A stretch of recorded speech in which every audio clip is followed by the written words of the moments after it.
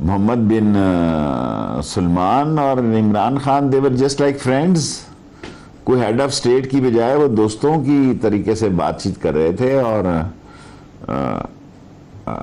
बेहतरी के हालात होंगे जी। और अच्छा, रोज़ों के बाद इंशाल्लाह ईद के बाद वो भी पाकिस्तान आएंगे। मैंने वज़ीर दाखिला को भी दावत दी है, वज़ीर ख़ारजा को भी, और ख़ुद प्रिंस भी आएगा इंशाअल्लाह ताला, और पाकिस्तान आगे बढ़ेगा। और ये बहुत कामयाब तरीन दौरा था, इसलिए नहीं कि मैं वज़ीर हूँ। कोई इतनी बड़ी बयान दिया है इमरान खान ने कि 370 के बगैर इंडिया से कोई बातचीत नहीं हो सकती, कोई तजारत नहीं हो सकती। कैबिनेट में आए थे दाऊद साहब, रजाक दाऊद साहब लेके कि उनको काटन की बड़ी ज़रूरत है। हमने कहा सवाल ही पैदा नहीं होता। इन चंद मामलात से हम दुनिया में एक मैसेज नहीं देना चाहते कश्मीरियों को कि हम आपके साथ नहीं खड़े हुए। हम यहाँ जिंदा है, बैठे हुए हैं कैबिनेट में जी। शेख साहब, कोई ऐसा तो नहीं है कि हिंदुस्तान की तरफ एंगेजमेंट करने की कोशिश में चीन से मशवरा नहीं किया गया?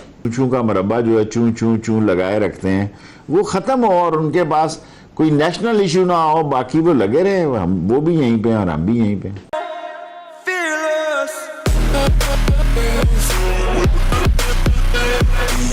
Welcome to All India Times. All India Times की नई वीडियो में आप सभी का स्वागत है।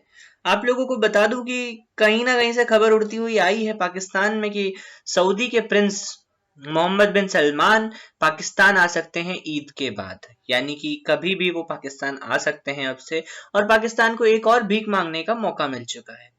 पाकिस्तान की पूरे पाकिस्तान देश में इस बात से खुशी की लहर उमड़ी हुई है कि हम भीख दोबारा मांग सकते हैं, लेकिन डर ये भी है कि कहीं मोहम्मद बिन सलमान इंडिया की बात मान के पाकिस्तान का दौरा रद्द ना कर दें।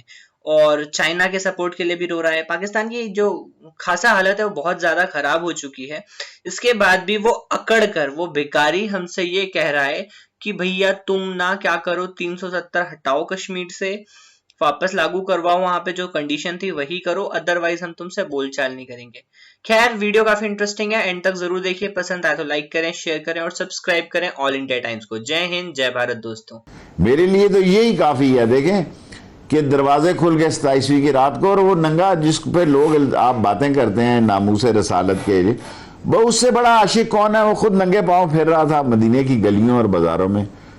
ज़ाहिर है प्राइम मिनिस्टर नंगे पाँव था तो हमें भी फिर नंगे पाँव ही होना पड़ा था। कोरोना से निकले हैं, अभी तक होश नहीं आ रही। वो तो इतना फिट आदमी है, वो तो एक पल भी उसने वहाँ भी ज़ाया नहीं किया।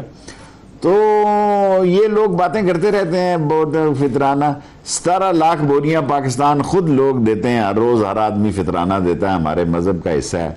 ज़रा सी अब इनके पास कहने को कुछ नहीं रह गया।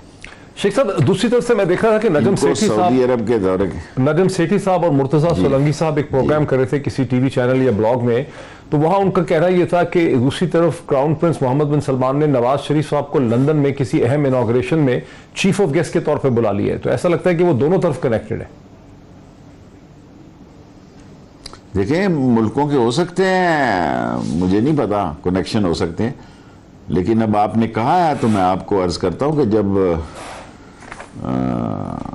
एक जुमला है रोज़े के आखिरी ताक रात है, अल्लाह मेरे, पता नहीं किसी की ऐसी बात करनी कि चाहिए कि नहीं चाहिए, कि मुशर्रफ को किंग अब्दुल्ला ने कहा कि नवाज शरीफ की बात हो रही, he is not what he is. अच्छा, he did not prove himself as a prime minister. इस जुमले पे मैं हल देता हूं कि जो he is not, Nawaz Sharif is not what he is, this is the Saudi thinking about him. और सऊदी अरब हर दौर में हमारा रहा है, और मुर्तजा सोलंकी कह रहे हैं कि बुलाया तो बुला ले जी, क्या है? हम तो उसको घर लाना चाहते हैं अपने घर। आ भाई, दुनिया में कौन सा लीडर है जो अपने घर से भागना चाहता है?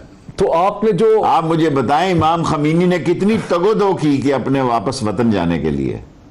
कल प्यूटन का मुखालफ महीना 15 दिन हुए हैं, उसने दुनिया जहान का जोर लगा के मास्को वापस आया। लेकिन नवाज शरीफ साहब कहते हैं वैसे ही आ जाओ। नवाज शरीफ साहब एक मुलजिम की हैसियत से नहीं आना चाह रहे। वो शायद क्या कहते हैं, टांगा मुड़िया कचहरियों खाली थे सज्जनों नु कैद हो गई। लेकिन ये तो आना ही नहीं चाहते, बल्कि दूसरा भी भागना चाहता है। और आज हमने उसको ECL में जो है उसका केस जो है कैबिनेट में भेज देंगे। नहीं, लेकिन शेख साहब, आपको ये नवाज शरीफ साहब तो चाहते होंगे ना कि हम एक फाते की हैसियत से वापस आए, सिस्टम ऊपर नीचे हो जाए, लोग बदल जाए, दोबारा से उनको एक कंट्रोल हासिल हो जाए, वो तो इस किस्म का कोई प्लान बना रहे होंगे। और शहबाज शरीफ साहब को क्यों आप इतना रोकना चाह रहे हैं? क्या वजह है कि शहबाज शरीफ साहब इतने अहम हो गए आपके लिए? रोकना इसलिए नहीं, उसको पता लग गया कि हुदैबिया पेपर मिल जो पेपर केस है वो बड़ा सीरियस है और फैसला तो बिल आखिर कोर्ट नहीं करना, लेकिन बुनियादी मसला यही है कि रीट्रायल होने जा रहा है, हुदैबिया पेपर री इन्वेस्टिगेट होने जा रहे हैं। और उससे पहले शहबाज शरीफ यहाँ सहरी के वक्त ही 3 बजे निकले, उसी दिन केस, उसी दिन जमानत और उसी दिन फ्लाइट। मज़ा आया ना।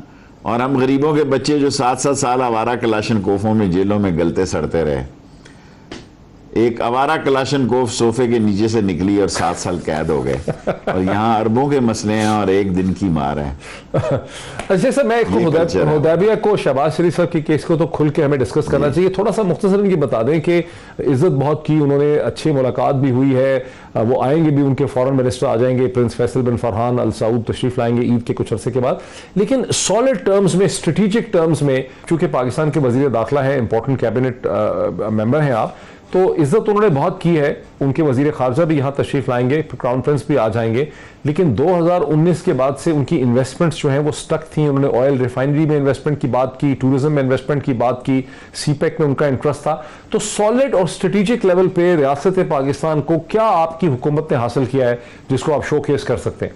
देखिए, मैं ये समझता हूँ कि उन्होंने खुद अरबी उन्हें माजिद मिनिस्टर कॉमर्स ने ये बात की कि हमारे यहाँ फॉलो अप नहीं होता, क्योंकि किंग का तो काम होता है आइडिया देना। बादशाह सलामत ने तो आइडिया दे दिया, नीचे हमारी टीम वर्क जाके उसको आगे ले जाना और उस पर काम करना। और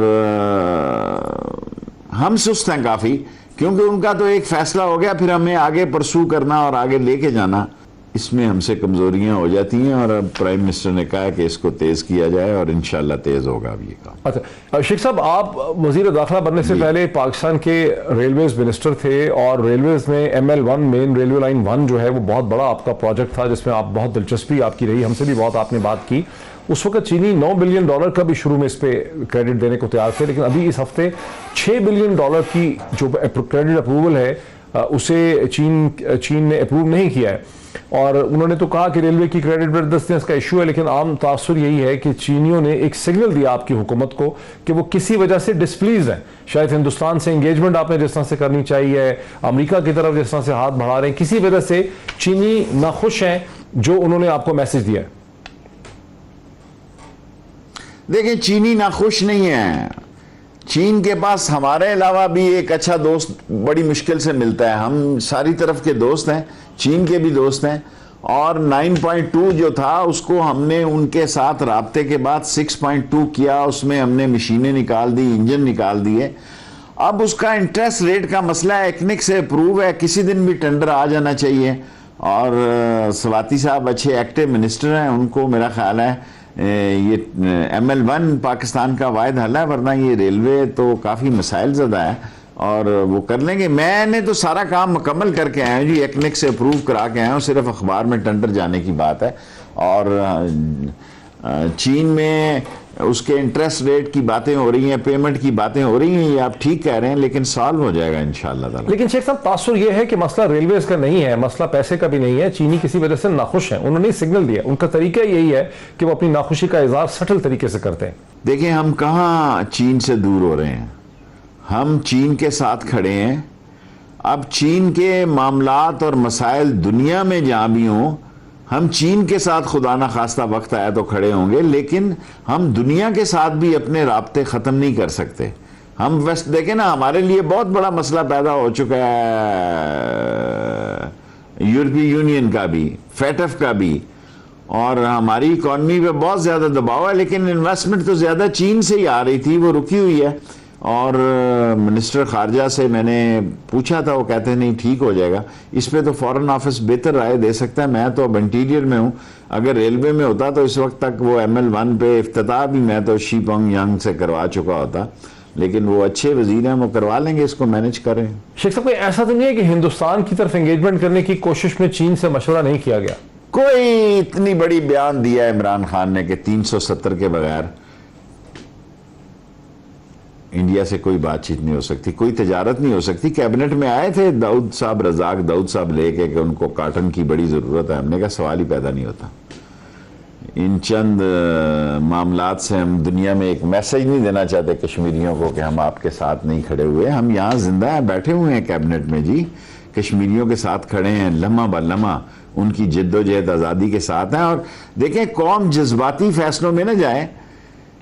इससे बड़ा बयान जो कल इमरान खान ने दिया है कि उससे बातचीत नहीं हो सकती, और ये हमने कैबिनेट में फैसला किया है, approved by majority of the cabinets, के जनाब इंडिया से कोई ट्रेड और कोई बातचीत नहीं हो सकती जब तक कश्मीर में जो पुरानी जगह पे कश्मीर ना जाए।